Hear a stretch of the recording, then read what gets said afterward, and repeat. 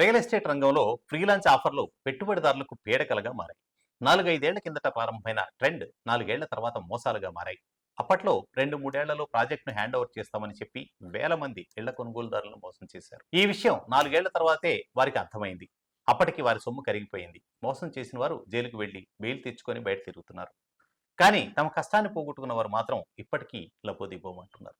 Freelance ఆఫర్ల పేరుతో డబ్బులు వసూలు చేయడం నేరమని తెలిసినా కొన్ని బడా సంస్థలు మాత్రం వేర్వేరు పేర్లతో డబ్బులు వసూలు చేయడం మానడం లేదు. ఇటీవలి కాలంలో హైదరాబాద్లో ఇతర రాష్ట్రాలకు చెందిన బడా రియల్ ఎస్టేట్ వ్యాపార కంపెనీలు ప్రాజెక్టులను ప్రకటిస్తున్నాయి. భూమి పూజ రోజే బుకింగ్ల కోసం ఆరాటపడుతున్నాయి. నిబంధనలకు అనుగుణంగా బుకింగ్లు తీసుకోవడం కాకుండా భారీ ఆఫర్లతో వన్ టైం పేమెంట్స్, ఇతర అవకాశాలు కల్పించి భారీగా నగదు వసూలు చేస్తున్నాయి. ఆ డబ్బులతోనే ప్రాజెక్టును ముందుకు నడిపించేందుకు ప్రయత్నిస్తున్నాయి. ఎప్పుడైతే అమ్మకాల్లో ఫ్లో తగ్గుతుందో అప్పుడు ప్రాజెక్ట్ ఆగిపోతుంది.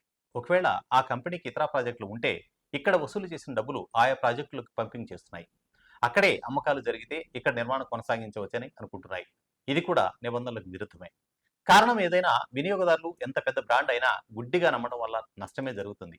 అందుకే ఫ్రీలాన్స్ ఆఫర్ల పేర్లతో ఏవైనా ప్రాజెక్టు ప్రోగ్రెస్ లేకుండా డబ్బులు చెల్లించాలంటే 1కి 10 సార్లు ఆలోచించడం బెటర్.